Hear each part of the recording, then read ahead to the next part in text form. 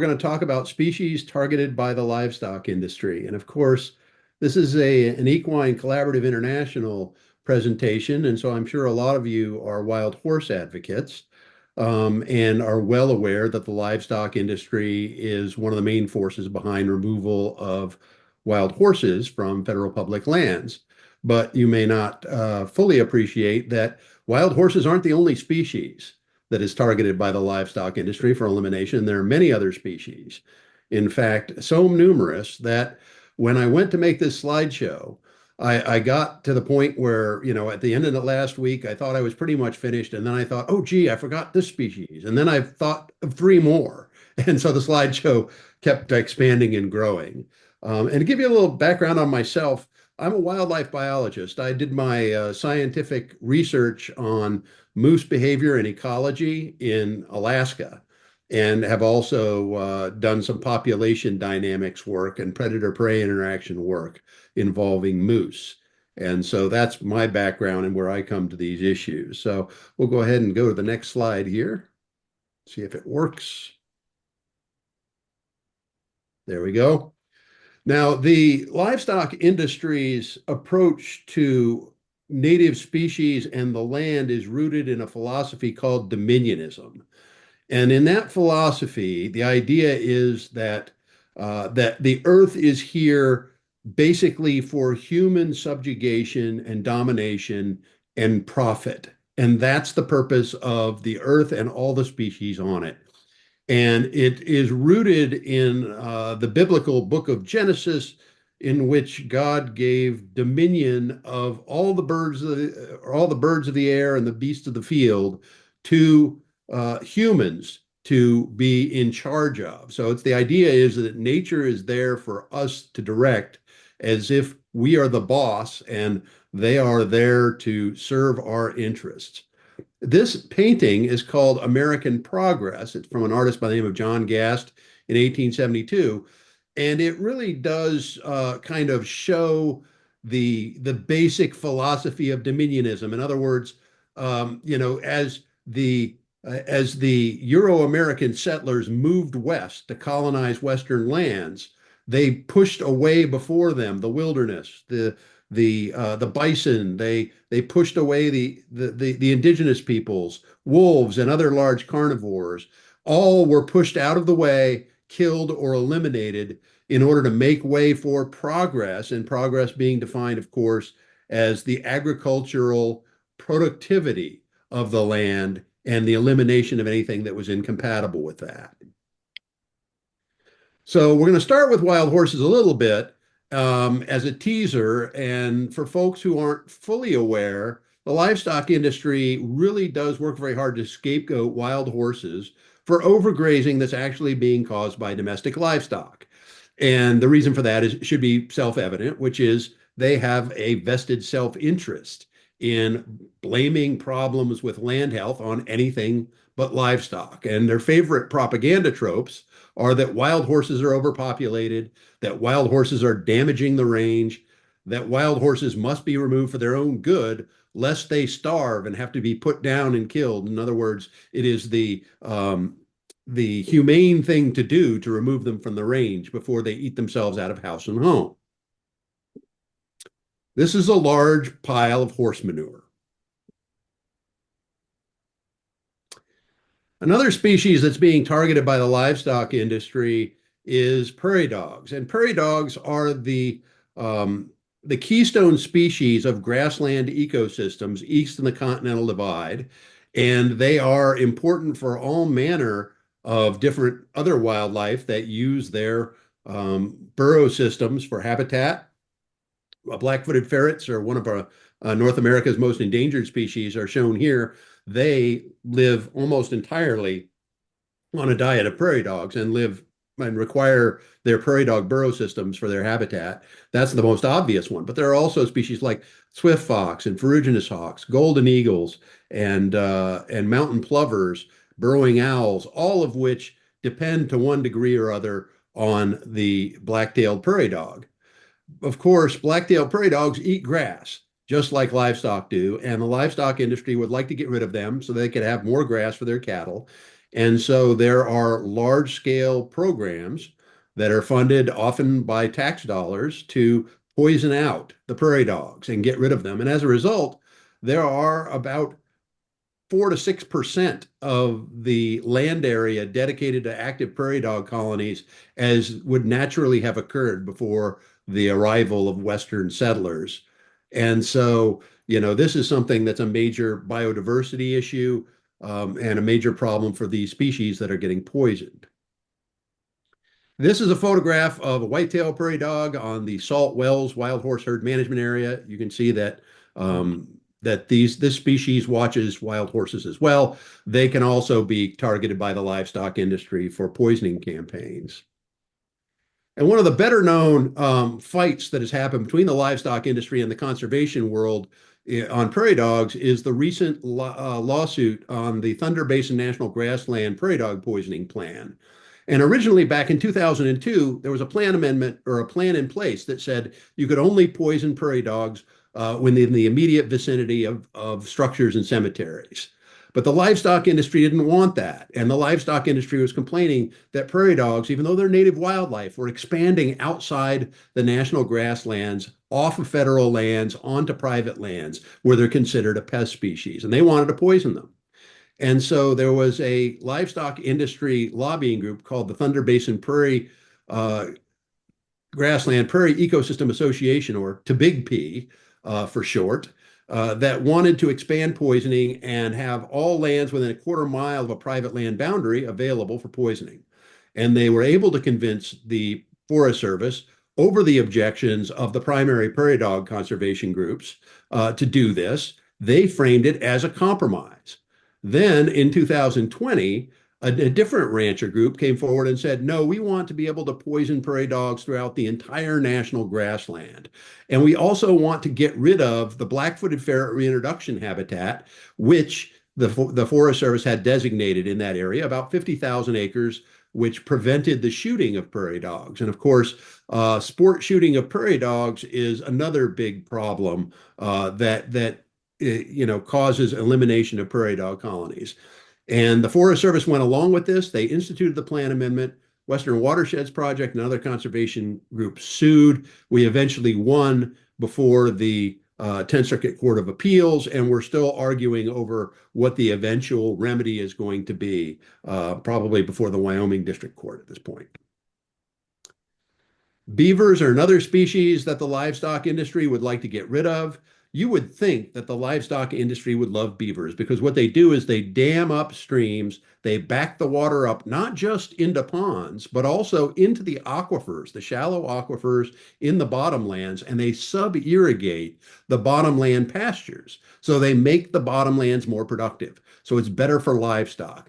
But ranchers over time have decided that they think that prairie dogs should be eliminated because they keep damming up or plugging up their culverts and washing out their roads, and it's expensive, it's a nuisance, so they would like to get rid of beavers as well. Large carnivores, of course, are a major target of the livestock industry. Here you see 4 different maps of the current range in blue and historic range that's vacant in tan of 4 major carnivore species. We have black and grizzly bears, we have mountain lions, and we have wolves. And all of those areas that are in tan are areas where those animals have been extirpated or driven out entirely, driven extinct entirely in those local areas, mainly for the benefit of the livestock industry. Coyotes are a species that is a major focus of the livestock industry, even though killing coyotes is counterproductive if you're a livestock producer. And what happens is if you have a stable structure of mature coyotes, they will have a dominance hierarchy in which only the dominant pair breeds. And then that creates less, excuse me, I've got a little bit of an automatic advance problem here that I don't know how to fix. That they will have a social control that reduces their reproductive rate. But if you start shooting them, then everybody breeds and you have rapid expansion of the population. That's what we're seeing today as a result of this massive campaign to kill coyotes on private ranch lands and public lands as well. Mountain lions, of course, are another species that is killed by the livestock industry quite a bit. There have been um, a lot of science articles that have been done, one of which is this article by Landre and Papuchis in 2020, finding the overall conclusion of these comparisons is a rejection of the sport hunting hypothesis regarding effectiveness at achieving reduction of puma predation on livestock depredation. So, in other words, you cannot reduce the number of livestock you lose by killing mountain lions, according to the science. Wolves, of course, are the livestock industry's public enemy number one that they would really like to get rid of. They keep peddling narratives like we need to be able to kill wolves in order to promote social tolerance, even though the states where they have the most wolf killing are the states where they have the lowest social tolerance and the most bloodthirsty wolf killers. The war on wolves goes clear back to the 1800s when they were basically driven extinct throughout the entire American West by the livestock industry through a systematic eradication program that featured shooting, bounties, poisoning, trapping, you name it. And eventually the government got involved and helped to kill off the wolves for the benefit of the livestock industry at taxpayer expense.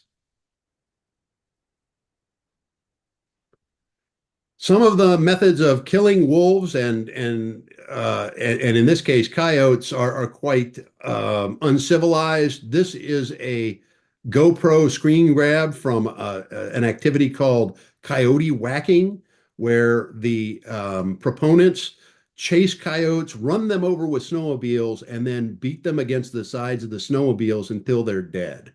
This is the sort of thing that was done in Daniel, Wyoming by Cody Roberts, who famously ran over a yearling wolf, um, disabled that wolf, duct tape its mouth shut, brought him into a local bar, and tortured that wolf. And Cody Roberts is currently on trial in Wyoming for felony animal cruelty. The livestock industry, surprisingly, in the context of this Cody Roberts trial, said basically it wants to keep this snowmobile whacking for wolves to be legal. And Jim McGagna of the Wyoming Stock Growers Association said, quote, I've talked with a number of livestock producers across the state, in particular sheep producers, who have said they view it as one of their most effective tools. So the sport killing of coyotes and wolves by running them over with snowmobiles is viewed by the livestock industry as an important management tool. When wolves were reintroduced by ballot initiative in the state of Colorado, immediately the livestock industry and fringe elements of the hunting lobby got together and created the Stop the Wolf Coalition. And that included the usual suspects in the livestock industry, the Colorado Farm Bureau, the Colorado Cattlemen's Association, the Colorado Wool Growers Association, and the Rocky Mountain Farmers Union. And they were all banding together to lobby the public not to vote to reintroduce wolves in Colorado.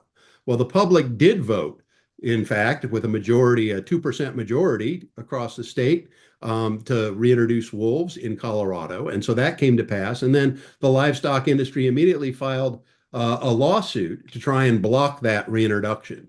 And Western Watersheds Project was one of the environmental groups that intervened in that, and that was a failed effort. But it does show the central role that the livestock industry has created for itself in opposing the successful restoration of wolves throughout their natural range in North America.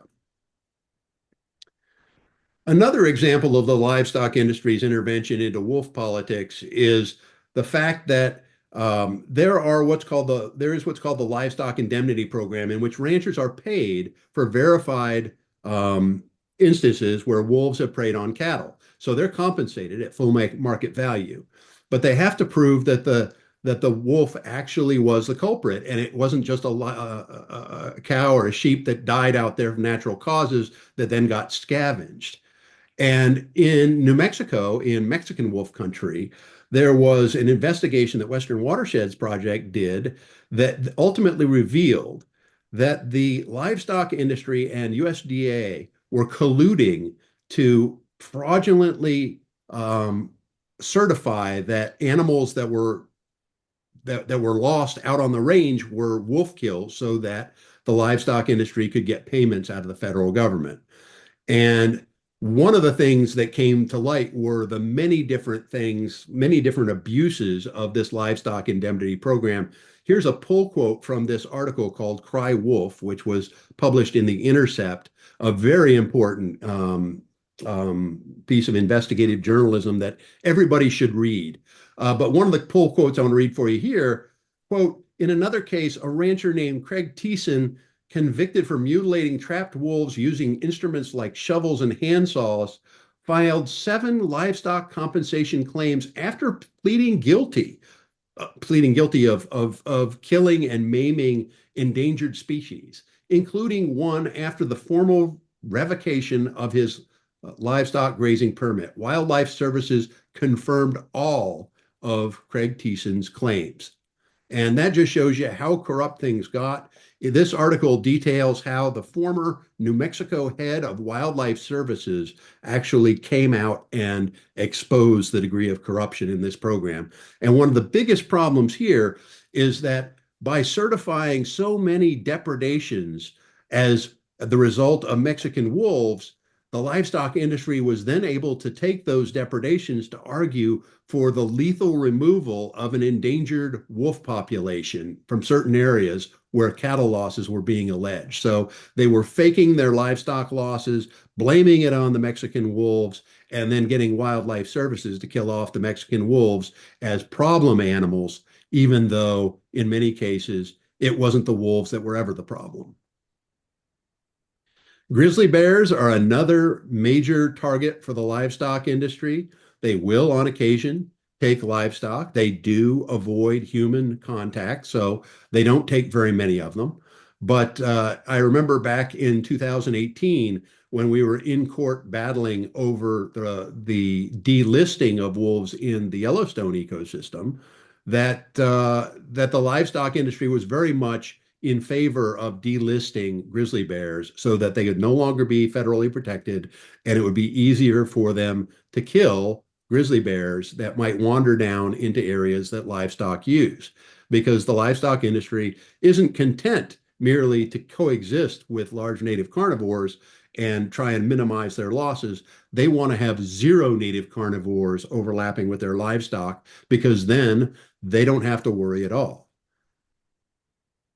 And a couple of different ways that the livestock industry causes problems for grizzly bears is that whenever there's a loss of a cow or a sheep to grizzly bears, the livestock industry will pressure USDA Wildlife Services and the U.S. Fish and Wildlife Service to kill that bear.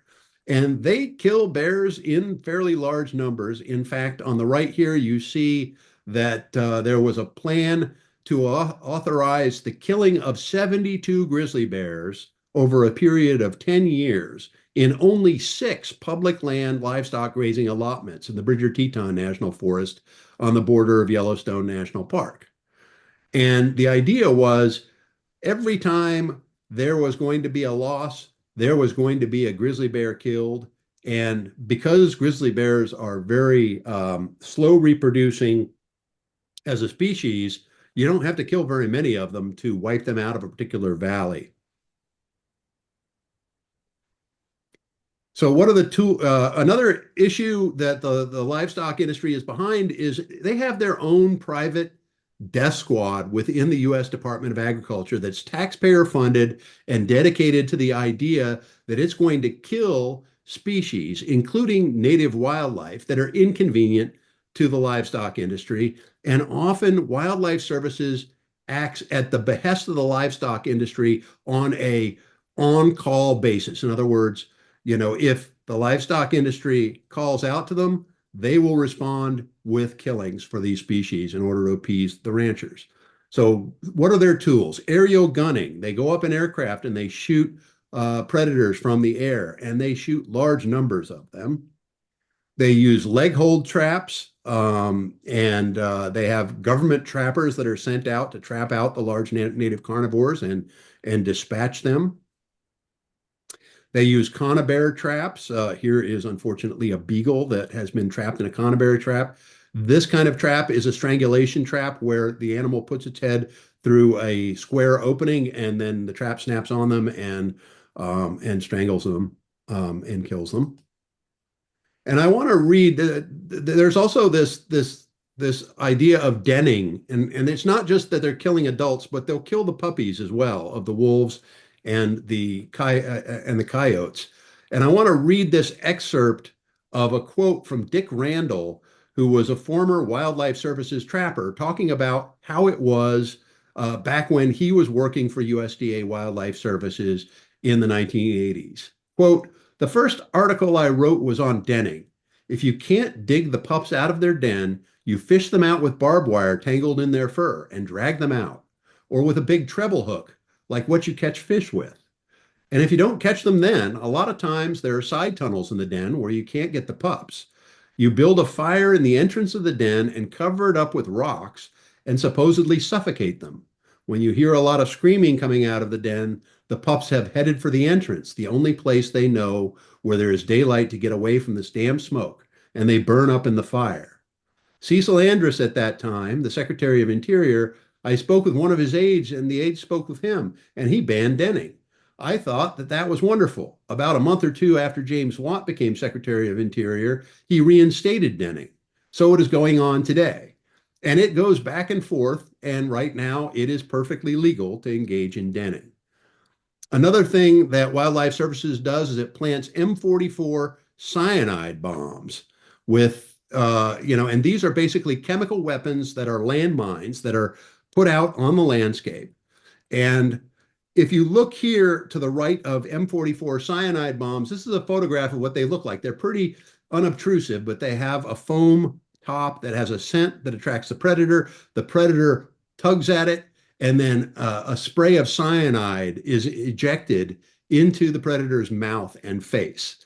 And the young man at the lower left is a young man by the name of Canyon Mansfield, where he actually was back on BLM lands behind his home, and he triggered one of these M44 cyanide bombs when he was with his dog. The dog was killed.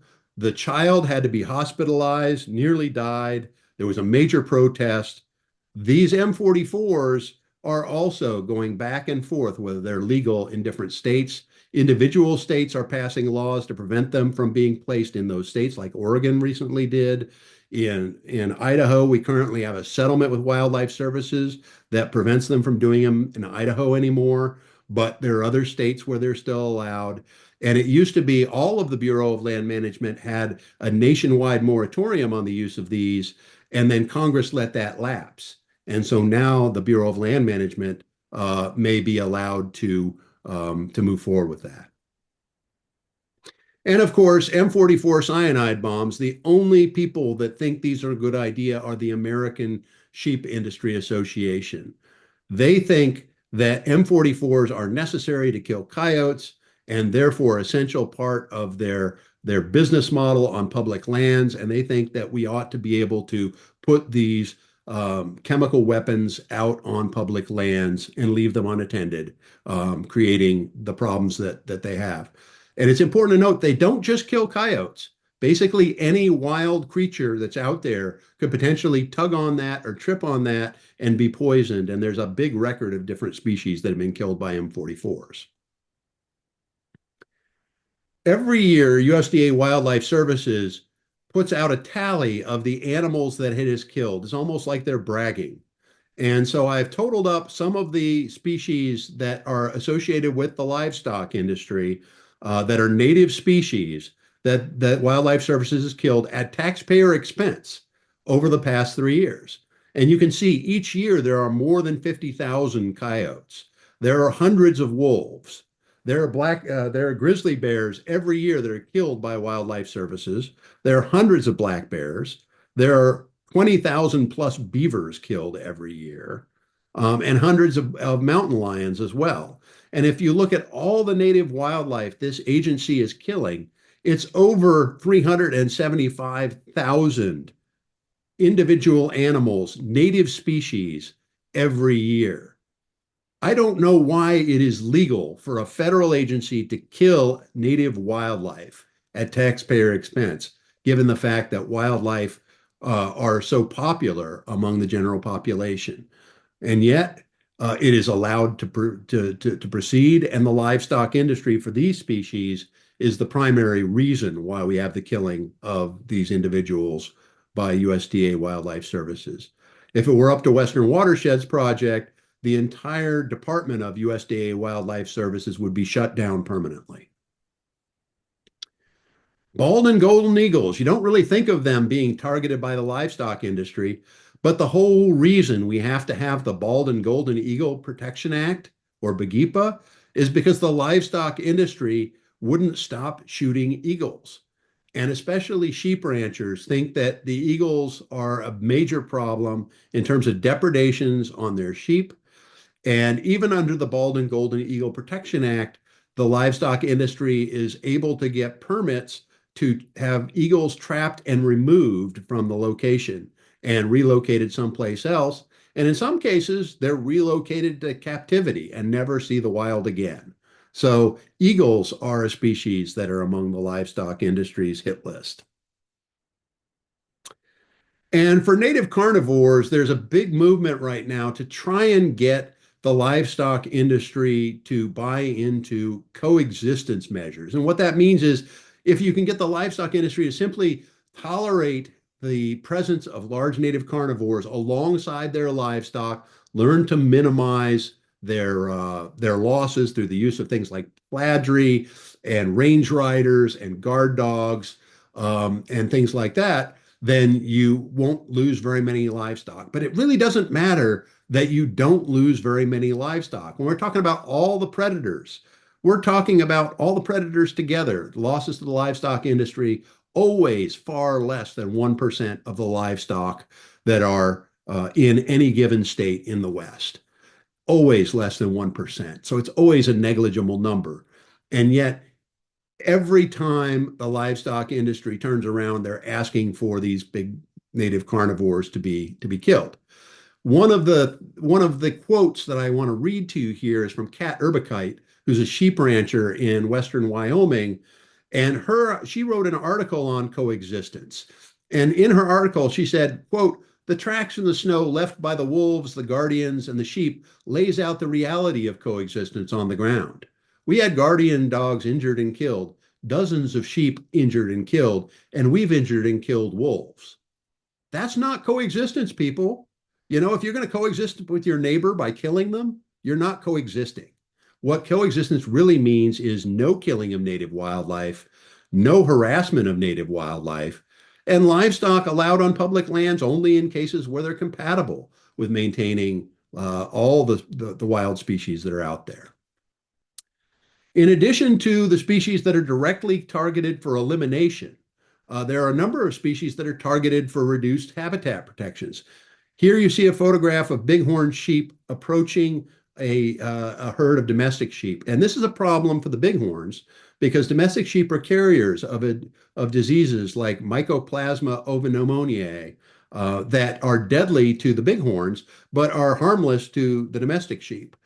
And so there have been a number of efforts by federal land managers to separate bighorn sheep and domestic sheep, so you don't have the domestic sheep wiping out the bighorns through disease transmission. And as a result of that, the livestock industry has been pushing to deconstruct those regulations and shrink the distances of between the herds of sheep and bighorns so that they can have more area to graze. Rare native fishes often are heavily impacted by livestock. Here are 3 species that have been in the news over the past 5 years that all are either on the endangered species list already or are candidates potentially for endangered species listing. And in all 3 cases, livestock industry has a major negative effect on their habitat, primarily in the case of trout and salmon, because if you have heavy grazing along the stream sides, you have siltation and erosion, and you have muddying of the waters. And these are animals that spawn in spawning gravels that bury their eggs in the gravel, and they count on that water flowing through the gravel to keep their eggs alive and provide enough oxygen. And when you have those spawning gravels smothered in silt from livestock overgrazing, then those eggs die. The Arctic grayling is a slightly different story. For the Arctic grayling, they require very cold water temperatures, and when you denude the streamside vegetation and you withdraw water from the stream to feed irrigation for livestock forage, you are warming up the water, and having less water that's warmer, that species can no longer survive. The Oregon spotted frog is one of numerous amphibian species. Of course, cattle, having evolved in the boggy forests of northern Europe, are gravitating to these moist, productive, wet areas along wetlands, along streams, wiping out the habitats for these amphibians. In this case, the Oregon spotted frog played a central role in a lawsuit that was won by Western Watersheds and others over in the Fremont Wainema National Forest. And in this case, you had several known wetlands that were fenced off from livestock to protect these Oregon spotted frogs. And the cattle had eaten down basically all of the forage outside the fence enclosures. So what did the Forest Service do? The Forest Service had a new decision saying, we're going to authorize you to open the gates to these wetland exclosures and push your cattle into the wetlands to graze down the wetlands. And so we sued, we won, we stopped that from happening. But the Oregon spotted frog were certainly, they were heavily impacted by the livestock industry's grazing in the meantime. The new sage-grouse conservation plans that are west-wide have been a major target for the livestock industry ever since they were put into effect in 2015. The latest iteration of the sage-grouse plan amendments that the Trump administration just finalized basically takes away every restriction that would limit livestock overgrazing in sage-grouse habitats. So where originally you required 7-inch grass height to provide enough hiding cover for sage-grouse, that requirement has been stripped out of every single plan in the West. They also deleted requirements that consider adjustments to the timing and number of livestock on a year-by-year basis, instead saying you have to wait until the end of the 10-year lease term before you even consider making adjustments to livestock overgrazing. This is especially problematic because right now, once you reach the end of your 10-year grazing permit lease, the lease is legally allowed to be renewed under its original terms. And that's what the agencies are doing on 7 out of 10 leases in sage-grouse habitat. They're doing it through this, what's called the grazing rider, which is now baked into the Federal Lands Planning and Management Act. It's Section 402(c)(2) for those that want nerd out on law. And they are basically rolling over these permits without making any adjustments at all, because the way the law is written, when you have this renewal of the livestock grazing permit without an environmental assessment, you have to reauthorize it under the exact same terms. You can't make a course correction based on problems with land health. Then they also are deleting the option to close grazing allotments when those grazing allotments are voluntarily relinquished by their former ranchers. And the only remaining protection from overgrazing for sage grouse is what are called voluntary measures under these new plans. And based on what we're seeing out in the American West, the appetite for the livestock industry for voluntary conservation measures that will permit sage grouse persistence is nearing zero. Once these new sage grouse plan amendments were put in place, the National Cattlemen's Beef Association couldn't wait to jump in front of the cameras and take credit for that victory, quote unquote, for the livestock industry, and of course the major defeat for wildlife. And their president, Duck Wehrbein, said, quote, the revised sage grouse management plans recognize the role of cattle producers as the original conservationists, and said, quote, the revised sage grouse management plans will support the work of ranchers across the West, and said, these plans unleash the conservation prowess of federal lands ranchers without burdensome red tape. And so you can see the livestock industry's just blatant disregard for the needs of wildlife and the needs for wild species, and their willingness to trample wildlife habitat and drive species like the sage grouse extinct without any compunction in order to get their access to the forage they want out on public lands. And pronghorns, they hardly compete with anything. They eat mostly sagebrush. How harmful can they be to the livestock industry? Well, when the Wyoming Game and Fish Commission was considering designating wildlife migration corridors in western Wyoming along the path of the pronghorn and others, the livestock industry demanded, and the Game and Fish Department gave them a carve out that basically said two of the major migration corridors involving the Golden Triangle sage grouse area and the Red Desert we're going to be identified as migration corridors, but not designated for protection. So the Game and Fish basically, to appease the stock growers, according to this headline, gave them what they wanted and carved out these two migration corridors and left them unprotected.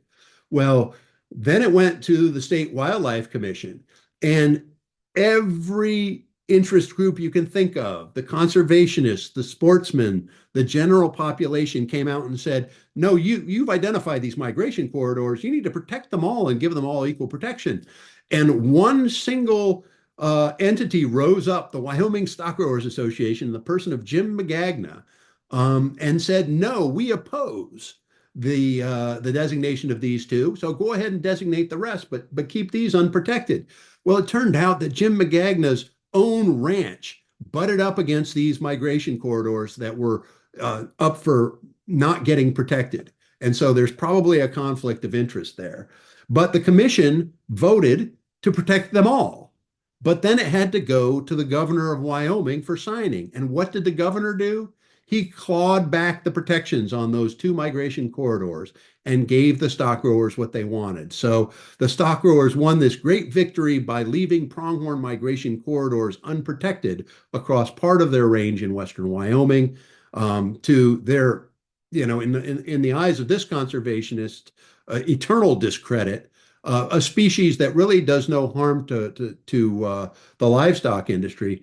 But it is important to note that the Golden Triangle sage grouse area, which you're going to hear about a lot in the news if you're paying attention, and the pronghorn migration corridors and the mule deer migration corridors are getting heavily overgrazed by cattle and sheep on public lands. And the ranchers know they have a problem, and they're afraid that if these migration corridors get designated, that there are going to be restrictions on their operations, that they'll have to stop overgrazing the land. They don't want to do that. Elk feed grounds. Elk are a target of the livestock industry. And the elk that you see here on the National Elk Refuge, the reason there is a National Elk Refuge is that back during the 1800s, there were migrations of 20,000 plus elk that spilled down out of Yellowstone and migrated all the way down the Wind River front and wintered in the Red Desert. And during the late 1800s and the early 1900s, ranch development in that area cut off that migration corridor. And all of those elk were bottled up on Jackson Hole, and they were overgrazing. So by 1911, the U.S. government had to designate a national elk refuge and start feeding these elk hay on this refuge, on this big feed ground, because they had been cut off from their natural migration corridor. Now, this is a problem today for these elk because there's a disease that probably originated from domestic sheep in a USDA facility, experimental facility outside Fort Collins, that has been spreading. And this disease is called chronic wasting disease. It's a prion, in other words, a brain protein that causes brain death. It's called spongiform encephalopathy, and it eats your brain like Swiss cheese until you can no longer think. And these animals that are infected gradually become logy, and they start drooling, and they can't survive, and then they starve to death. And this disease is rapidly transmitted between elk, and it is always fatal when it is contracted. There is no way to survive it. There is no natural immune response. And so when you create feed grounds like the National Elk Refuge, you're creating a super spreader event for chronic wasting disease. Well, the Wyoming Game and Fish Department also has elk feed grounds that it established, not because that migration interruption happened, but because it wanted to lure elk away from their natural winter ranges on private ranch lands because the ranchers didn't want the elk getting into their haystacks, didn't want the elk eating their pastures. And so they created these feed grounds where they're concentrating elk, feeding them hay, exposing them to these really nasty diseases. Conservationists sued. We won several lawsuits blocking the Forest Service from authorizing these kinds of feed grounds on federal land. But ultimately, the Game and Fish Department found loopholes and ways around those court rulings and kept doing it. And then, of course, earlier last year, they finally had chronic wasting disease showing up on some of the very feed grounds where we had been litigating and warning that this was going to be a super spreader event that moved CWD into the Yellowstone elk population and wipe out the elk in Yellowstone. So we warned them. They haven't listened. They're doing it for the livestock industry's behest. And the results that we're getting is we're going to probably lose most of our elk in Yellowstone National Park as a result. And it's not just the elk in Yellowstone, it's all around the West. In many places, farmers and especially alfalfa farmers have problems with elk getting into the alfalfa. That's a livestock forage they're hoping to sell to the livestock industry. And they'll have depredation hunts to kill off these elk that are going to be, that are suspected of having too much of an effect on the alfalfa crop. And that has been, more than 200 elk in different years in Idaho have been killed in these depredation hunts. On the right, you see a proposal that the Wyoming stock growers were promoting in the legislature to have all you can kill elk permits for ranchers and to compensate ranchers every time elk grazing exceeded 15% of the overall forage. That would be considered overgrazing. Okay, now on public lands, the ranchers graze 50 to 65% of the forage that's out on public lands. That's not an overgrazing according to the livestock industry. But when elk are grazing 15%, that's overgrazing. They need to be killed, or the rancher needs to get compensation payments. And so they had bills in the legislature to try and accomplish these goals. And on Point Reyes National Seashore, they have very rare tule elk, which were so rare at one point in the early 1900s, there were only 7 of them left in existence. And they eventually repopulated. There was a population that was transplanted to Point Reyes National Seashore, but the cattle ranchers in Point Reyes didn't like the elk because they were getting into the pastures with their cattle and eating grass alongside the cattle that the cattle could be eating. And so the ranchers convinced the Park Service to pen up all of the tule elk on Tomales Point and create an elk reserve on an area that was basically a couple thousand acres that didn't have adequate water whenever there was a drought, where the elk would have huge die-offs every year from malnutrition and water stress. And finally, after a series of litigations, environmentalists got the Park Service to take down the elk fence. Those elk are now being liberated. Those livestock operations on Point Reyes National Seashore are mostly accepting buyouts and leaving. So that's good news on Point Reyes, but that was a big issue between the livestock industry and elk in California. And American bison, of course, are a controversial species for ranchers. And in Yellowstone National Park, bison are protected inside the boundaries of the park, but their population grows and there's no safety valve for that population. And Yellowstone, when it was established, included only summer range for these species. It doesn't really have any winter habitat.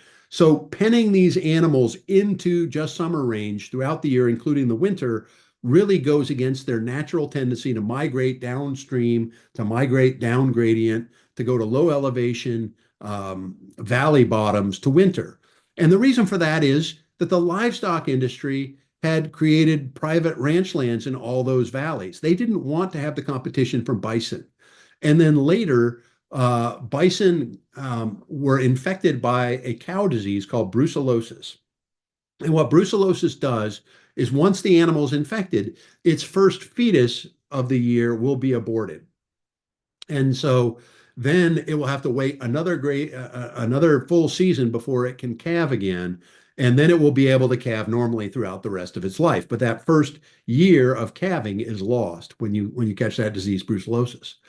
Well, the livestock industry is just deathly afraid that the brucellosis that had been unleashed inside Yellowstone National Park from dairy cattle will escape out of the park and infect a private herd. And if a private herd outside the park is infected with brucellosis, then that state might lose its brucellosis-free status and be unable to transport beef outside state boundaries. And now, of course, today, all of the packing plants anymore are outside state boundaries in the West. They're down in Colorado, they're out in Chicago, they're big conglomerates. So that's a big fear for the livestock industry. But the reality is, over the history of bison and cattle in Yellowstone, there has never once been a confirmed case where bison have transmitted brucellosis to cattle. And every time cattle herds have been infected, they've been infected from elk, not cattle. And in the news just last week, the Trump administration has decided that it is going to revoke the federal grazing permits of American Prairie's bison restoration project in central Montana. And for those of you who have not been following this issue, there has been a decades long running battle between the livestock industry and American Prairie as American Prairie buys out ranches from willing sellers, converts them from cattle to bison, starts restoring those grasslands back to natural conditions. And having bison rather than cattle is a really big difference, even though they're from the same family and they're both grazers, because bison do not concentrate in the wetlands and the riparian areas and the stream sides. They spread out. They venture far from water. They venture onto steep terrain. They graze. Uh, they spread their grazing across a wide area versus cattle, which are concentrating at the hot spots. So watch this one as an emerging legal battle probably is going to unfold. And sorry, I'm distracted. I've got a herd of black-tailed deer running past my window. So back to wild horses. Why is it that the livestock industry is so focused on getting rid of wild horses on public lands? Because they're not allowed on private lands, they're only allowed on public lands. Well, it's really rooted in economics, and wild horses on public lands are eating forage that the livestock industry can lease for $1.35 per animal unit month. So that's one cow calf pair for 1 month. And if you remove those wild horses, that's more bargain basement grazing that the livestock industry can have access to when those same ranchers renting private land of the same type are paying $25 a month for a cow calf pair. So they're getting, bargain rate grazing, and that's what they're creating. Now, wild horses that are moved into long-term holding cost $70 per animal unit month, almost 3 times the average price for private land livestock grazing.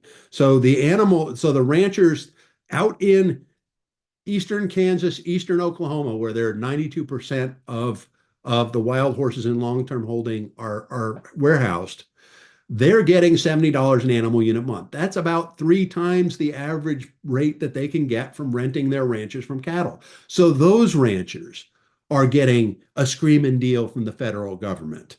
And instead of getting subsidized grazing, they're getting a premium paid for their private lands in rent. So they're making bank out in these areas to take wild horses off public land and put them on private land. So from my standpoint, it's a follow the money exercise.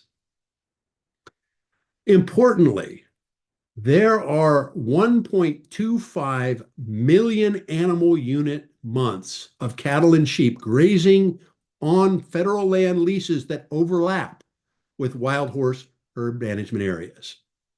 So this is a large number of cattle and sheep grazing in the areas that have been designated for wild horses.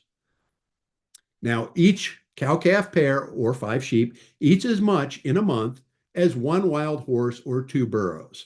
And that is according to the agency's calculations. There are people on this call that would probably say, yeah, but that's not true because the cattle actually eat more. And I would concede that point, but this is just from the agency's own calculations. That's their equivalency. So basically, according to the agency's calculations, we have 104,000 wild horses worth of cattle and sheep if those wild horses were grazing year round on the wild horse herd management areas. And yet, the wild horse appropriate management levels, the limits beyond which the wild horses aren't supposed to exceed, are limited to 22,000 wild horses and 2,900 wild burros. And that's a total of only 289,000 animal unit months.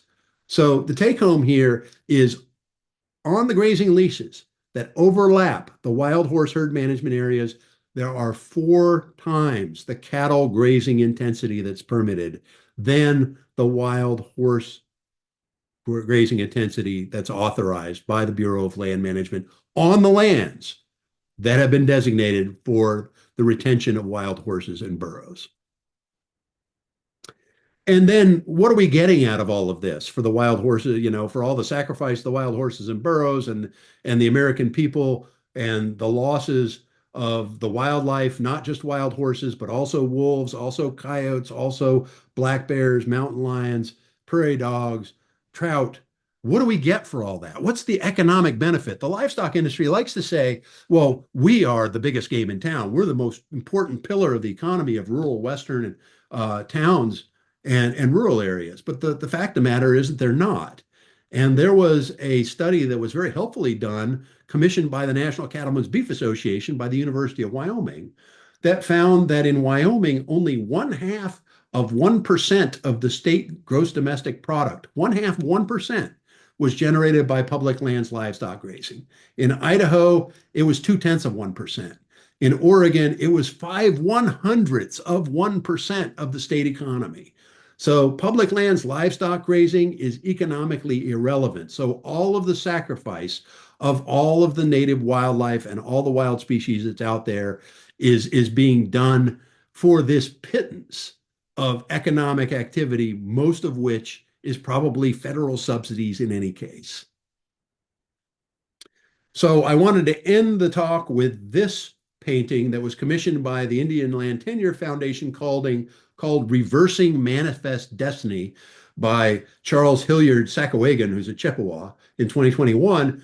And maybe this is what we can look forward to. Maybe indigenous ideas of how to manage the land will prevail and they will sweep across the West. And we can see the return of the bison, the return of wolves, the return of black bears, the disappearance of environmental destruction and pollution, and a return of the health of the land. This is what I think we could look forward to if we did not have a level of livestock grazing that was so fundamentally incompatible with maintaining healthy native ecosystems and native wildlife species. So I'll end it there and I'll stop the share and we can go ahead and have some questions and answers. I'm going to lead off, Erik, if you don't mind, with a question of my own or a request of my own. Could you give us an opinion on appropriate management level? Well, I think, nobody has ever actually looked at what the carrying capacity for wild horses actually is in these wild horse herd management areas. Nobody's done it. But certainly, if there are wild horse herd management areas that are isolated, the minimum appropriate management level should never go below 278 wild horses, or you are going to be below the minimum viable population threshold that is established to maintain genetic viability of the herds. So you should never have in the aggregate less than 278 effective breeders or total horses in your herd to get that effective breeder of 50 number that is required for genetic viability. Now, we don't know how many wild horses could be kept on these herd management areas, but let's say, for the sake of argument, that 3 out of every 4 cattle that are authorized to graze on America's wild horse um, herd management areas are actually inside the boundaries of those herd management areas. If that's the case, then maybe you could have an extra 60,000 to have the same grazing pressure we have today of wild horses on top of what you have authorized by the Bureau of Land Management. It could be much higher. The impacts of cattle are much heavier. The animals graze differently. Even though one AUM of cattle and one AUM of wild horses and one AUM of sheep and well, one AUM of two burros is considered an equivalent number across these different species, they do graze differently. But you could have a lot more wild horses than are currently authorized at the maximum levels today, and still have a thriving natural ecological balance, in my opinion. And do you get any feedback on the fact that the cattle and sheep are technically an invasive species? Does anybody admit that ever? Well, that would be a heresy in kind of the gospel of the livestock industry. Right. The And guy. so, one of the things that the livestock industry is one of the reasons that wild horses are such an attractive scapegoat to them is that they can point the finger at wild horses and say, well, they're not really native to North America. And I think that's a weak argument, but it's an argument that you can kind of make and you can convince people with it because the paleontologists do say that wild horses went extinct about 5,900 years ago, or last known here 5,900 years ago. Now, they may not have gone extinct. We don't know that for sure. Right.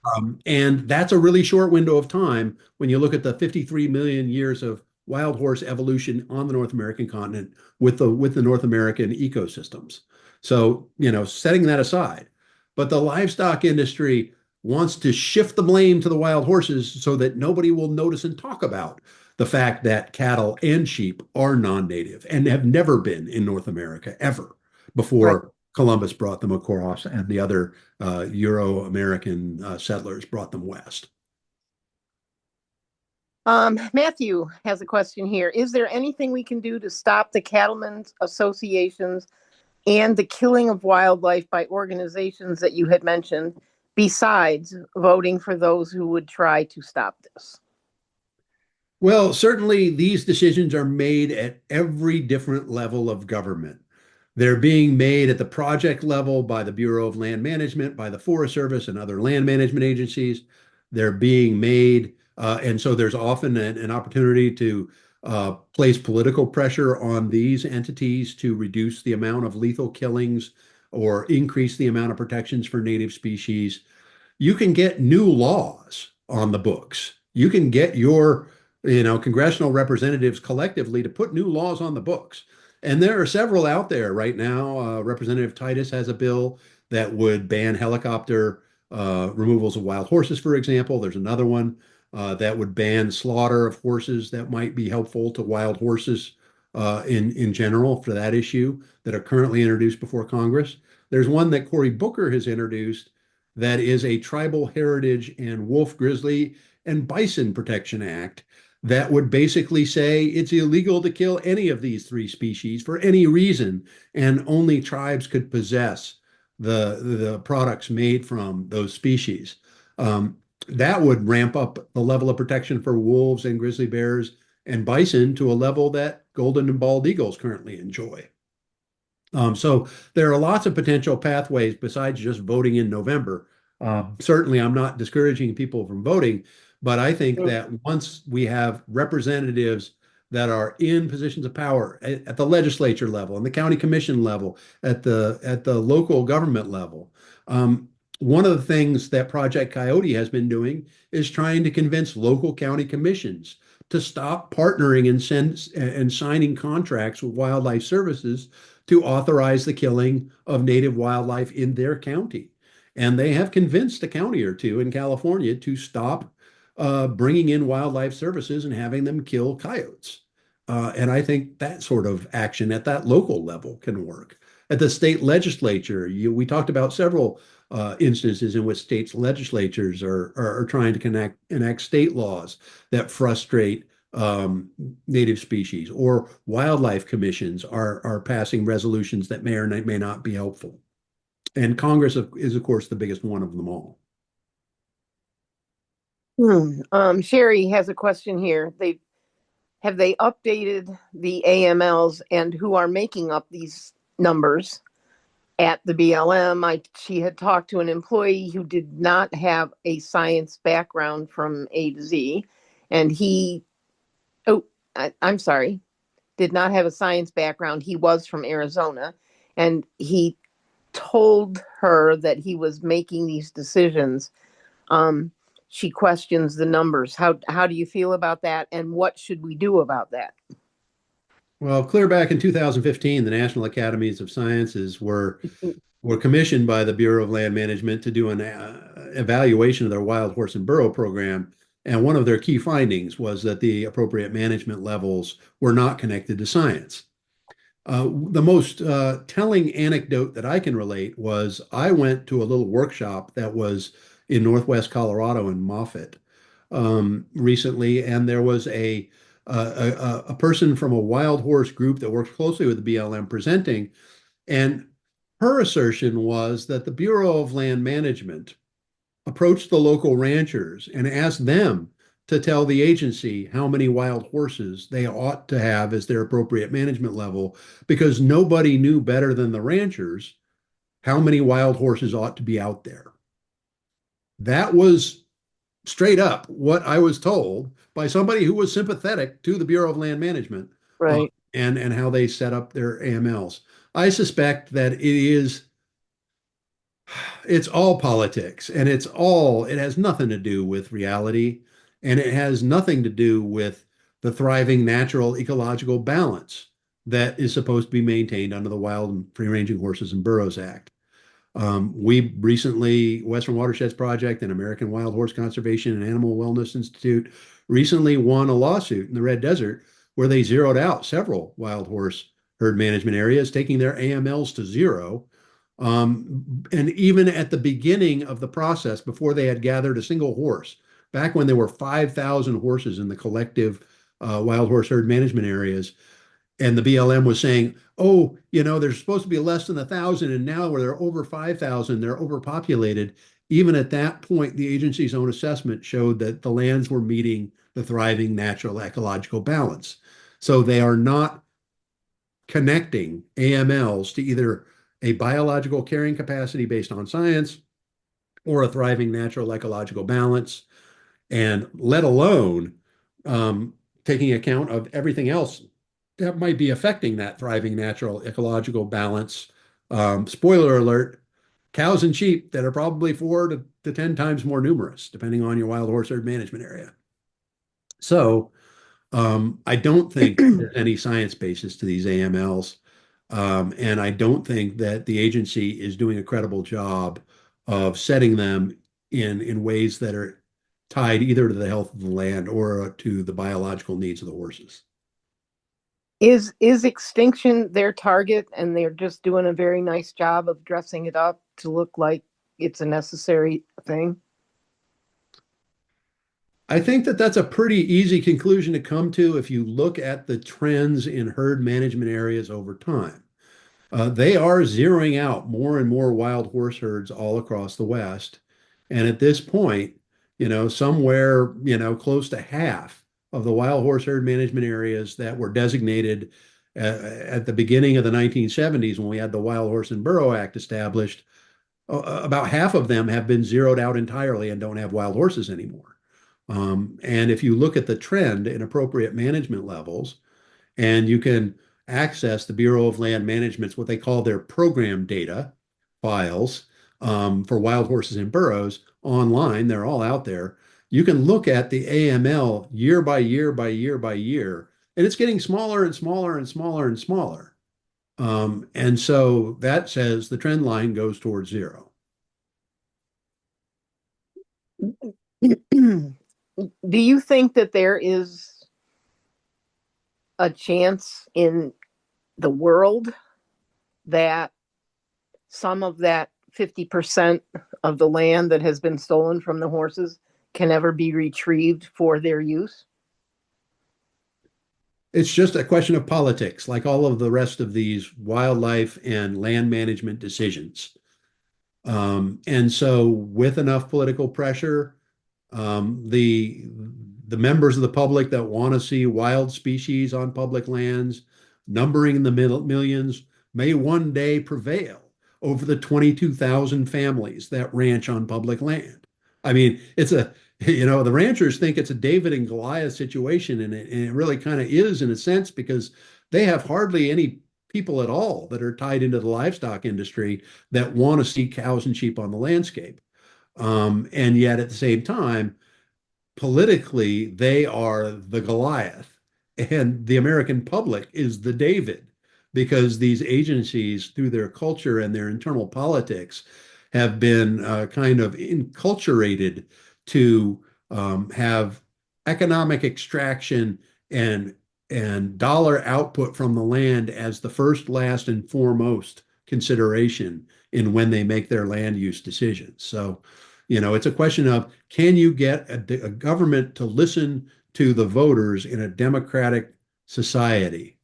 And, I would have to say, yes, you can. I mean, Congress passed the Wild and Free Roaming Horses and Burros Act.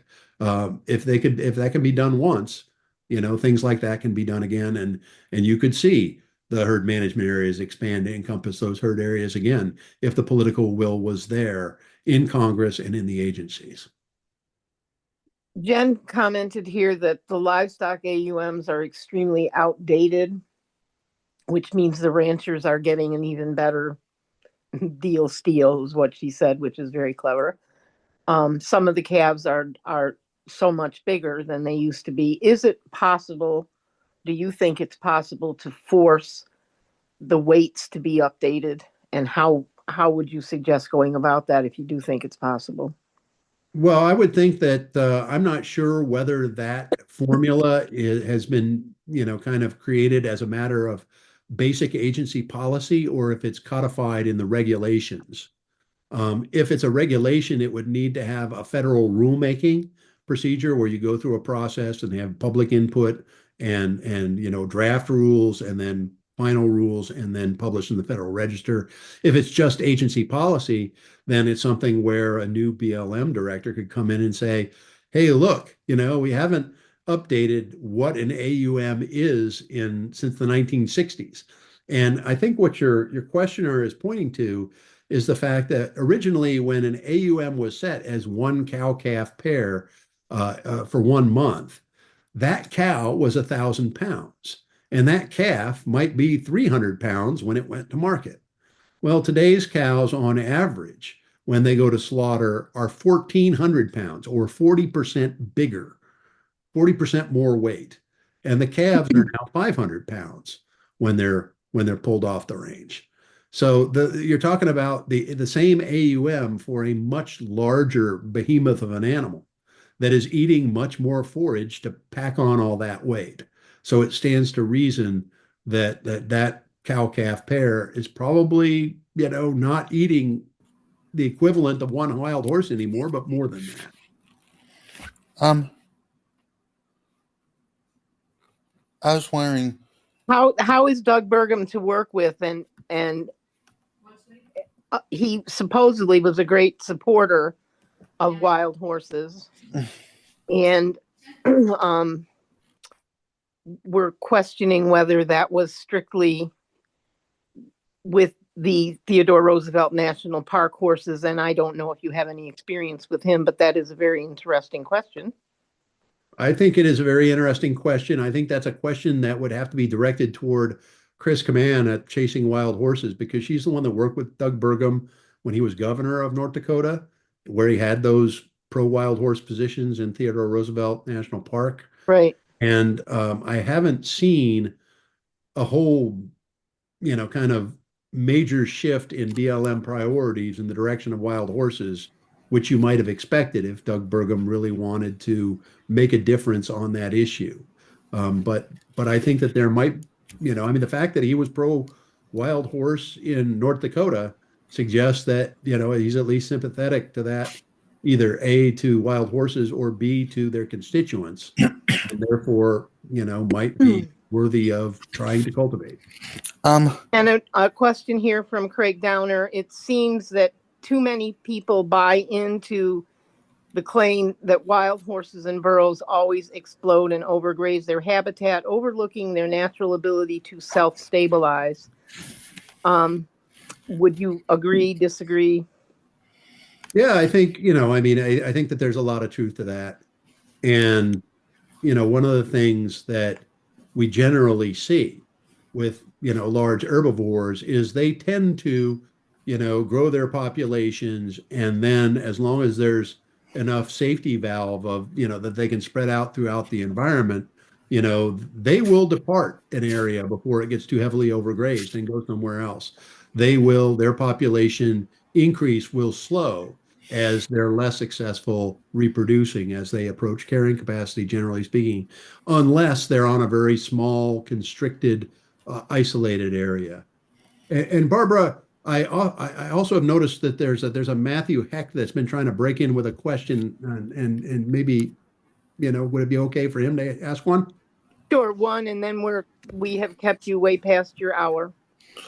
Yeah, I was wondering if the horse herds that have been completely removed from the wild but may have individuals in like these holding facilities, I was wondering if their efforts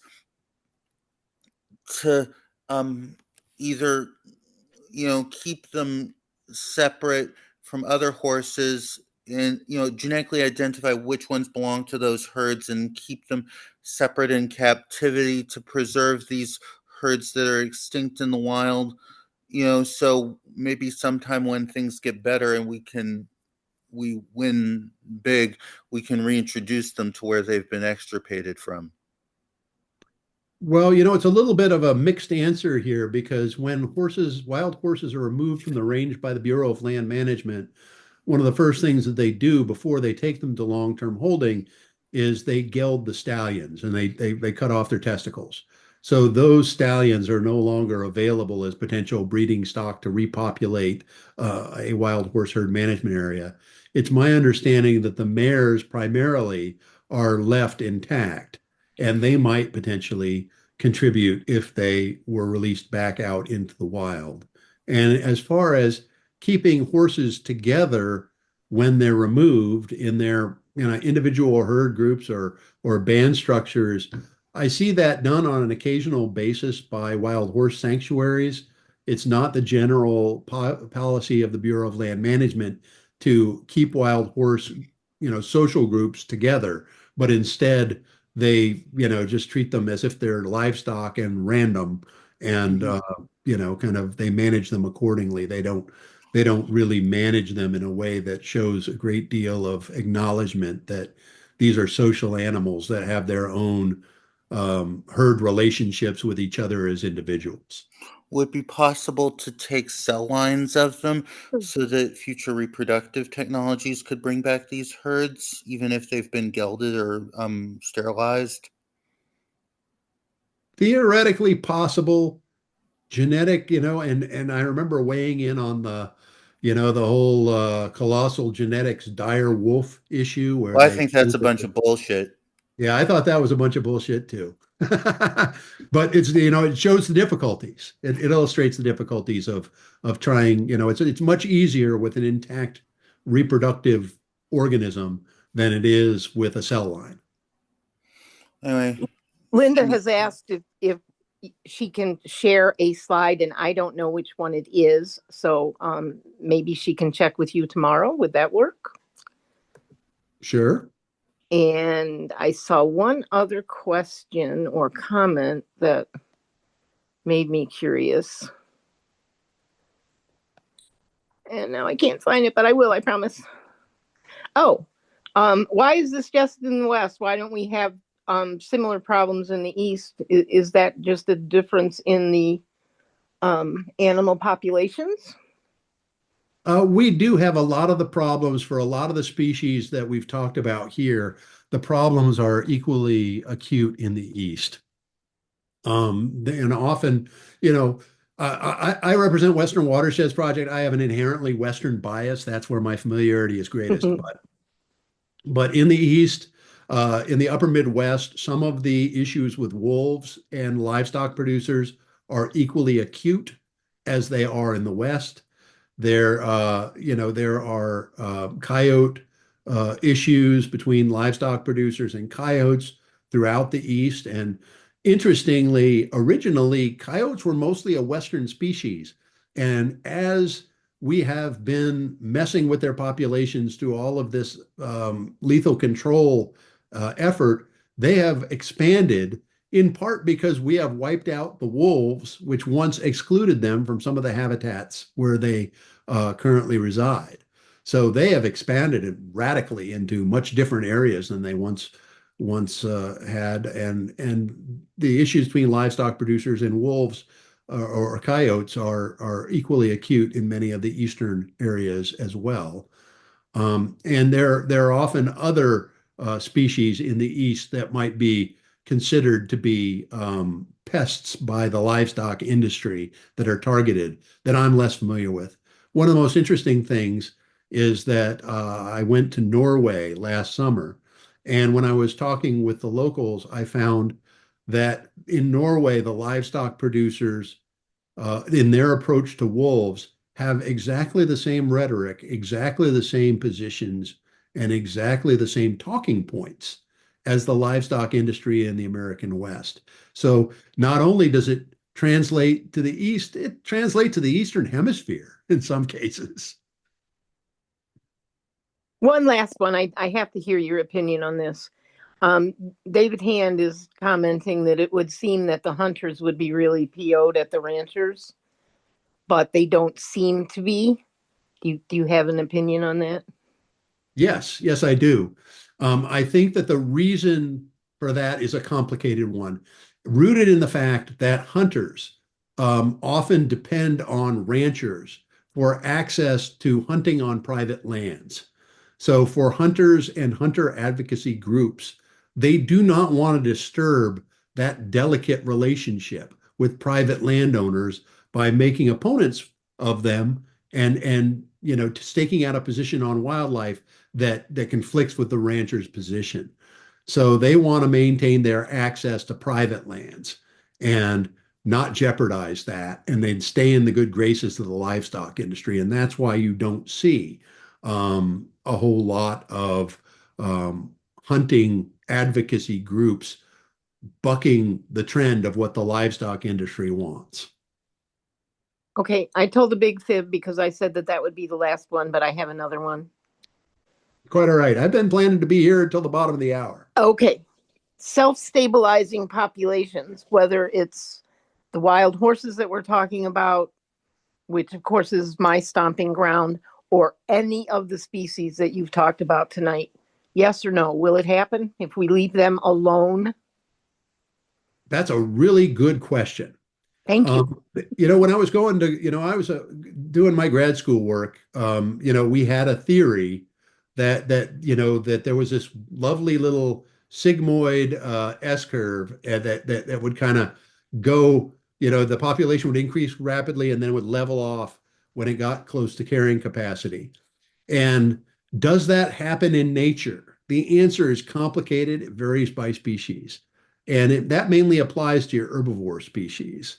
I think that with enough connectivity and enough safety valves, in other words, enough ability for that herbivore to leave and travel across large areas to seek out areas that have received less pressure, I think it's more likely than in areas that are like small island ecosystems where, you're more likely to really damage the forage base as your population gets close to carrying capacity. For territorial carnivores, on the other hand, it's my belief that these animals are basically self-limiting and that they control their own populations without human interference because once the territories are saturated, then the dispersing young animals that are looking to establish a territory are killed by dominant older animals trying, that are already established if all the home ranges are full. So, I mean, I think it's a really clear story for territorial carnivore species.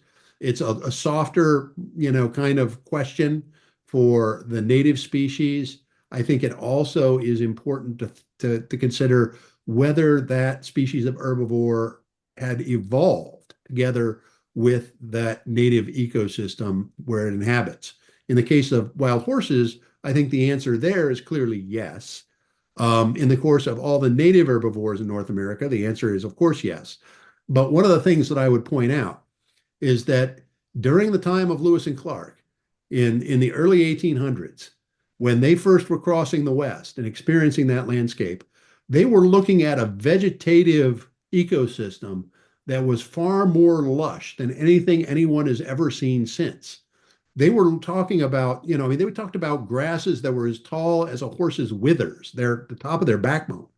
That even in more arid areas, high productivity. At the same time, we had 55 million bison, we had 10 million mule deer, we had 40 million pronghorns. We had 2 to 7 million wild horses at that time, and all of those species together were not destroying the range, and nobody was managing any of them.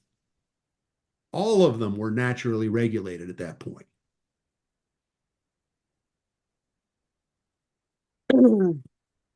Thank you. Wonderful response. Do you have a closing comment? I'm refuse to keep you past an hour and a half. Too much. Yeah, I guess, what I would say is that, our relationship with nature has largely been one where we as humans think that we have to dominate everything, we have to control everything, we have to manage everything. Everything has to be manipulated by us. And we have inherited that philosophy from agriculture because that's an agriculturalist viewpoint of nature. Nature is there to be controlled, dominated, and managed. And I think it's time for us to move away from that agricultural perspective, whether that's in the approach to management of wild horses or large carnivores or big game species or any of them. And instead, look at these native species and these wild species as members of complex interdependent ecological webs. And the health of the whole is more robust with less human interference. And the reason is that humans, though we strive, and I'm a wildlife biologist and I've gotten my advanced degree and I've been a published scientist, so I'm the one to tell you this. We scientists know only a small percentage of what is to be known about these native ecosystems. And so to think that we are going to tinker with them as if we're a mechanic tinkering with an Indy car, we're not going to be very successful if we actually have the knowledge level of an average third grader tinkering with the engine of an Indy car. That sums it up. Erik, I can't thank you enough. You've been wonderfully productive, not just tonight, but throughout your career. And seriously, every time I've asked you to step up and do something with ECI, you have graciously and wonderfully committed to do it. I appreciate it. I know that my entire organization appreciates it. And unfortunately, you've said yes, and that means Barbara will call upon you again and again. Well, So I'm always happy to share my perspectives, and I'm always happy to hear the perspectives of others. great. The sum of all knowledge out there in our society is not held in one person ever. It's held collectively. And I only know anything about wild horses because wild horse advocates, drew me into the issue and showed me things that piqued my curiosity and intrigued my scientific, kind of eye to look at it. So, I mean, keep doing what you're doing, all of you. Keep advocating for nature and for the wild world because it makes a difference. Wonderful. Thank you so much. And a big thank you also to all of our audience members who have played along with us and followed along, and they make these presentations absolutely worthwhile for all of us. And thank you to Linda for not only putting on the conference, but for filling us in on what's going on. And I wish you all a good night. Bye, folks.